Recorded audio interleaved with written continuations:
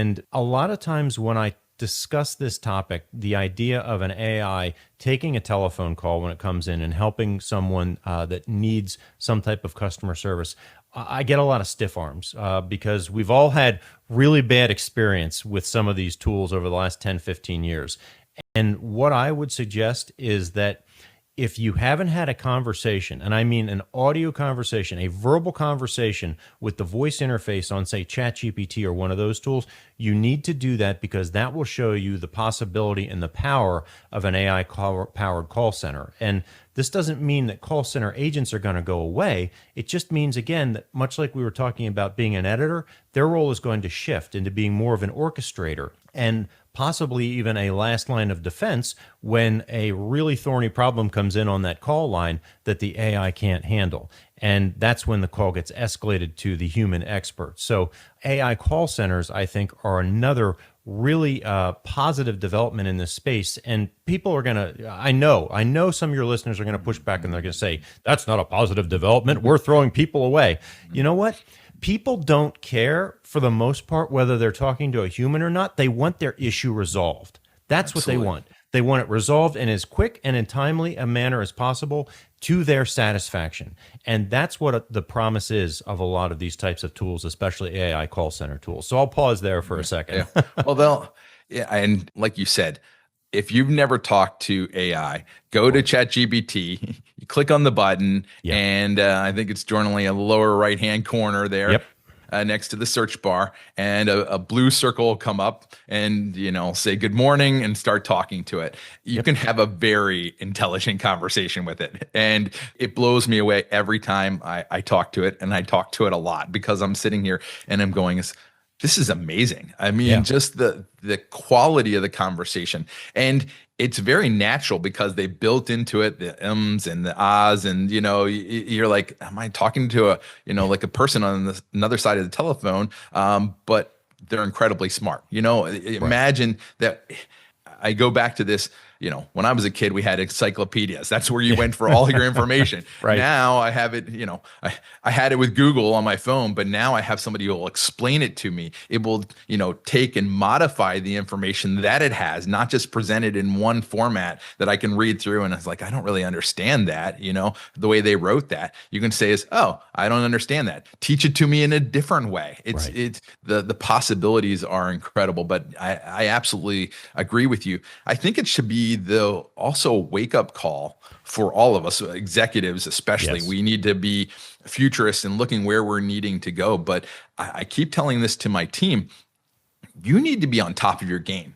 I'm not telling you can outrun AI, but you want to be able to outrun the other people beside you, right? You want to be at the top of your game. And there's no reason that, I've always been preaching this, that why would you want to be mediocre, right? Let's push towards excellence. And I think that this is even more reason to push towards excellence, because if you are going to have these agents that are already very good, you're going to be able to handle the escalated call. They're that good that it's going to be hard for you to be that good that you're going to handle the escalated call. And most likely it's going to be a combination of you and AI handling that escalated call, because there's probably going to be some sort of RAG system behind that where you're going to basically go and get the data that they're needing to be able to access quickly. But they're going to need to, I think what I've been hearing is we need to be the ultimate person. AI can't take responsibility, right? It eventually goes to a person to take responsibility. You're not going to go to the courts and say, well, AI did it and that absolves you of all responsibility. Somebody's going to take responsibility. And the same thing with one of these, a call center, that can be a real power for people when they learn to take responsibility, and they're going to have to make judgment calls. And that's going to be a critical way that you can add value to the organization that I don't think people are really seeing right now. Couldn't agree more. And when you talk about taking responsibility and taking ownership, in many ways, this is a continuation of a conversation that I've been having with leaders as an executive coach for well over a decade. And it takes some form of the question, where did all the people that have critical thinking skills go?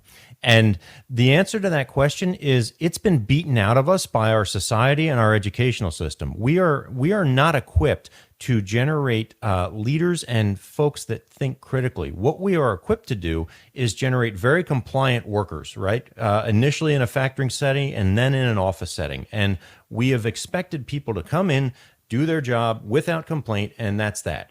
And those rules are no longer serving us well. And that mindset is no longer serving us well. And it's the same leaders oftentimes. I'm going to bite the hand that feeds me here.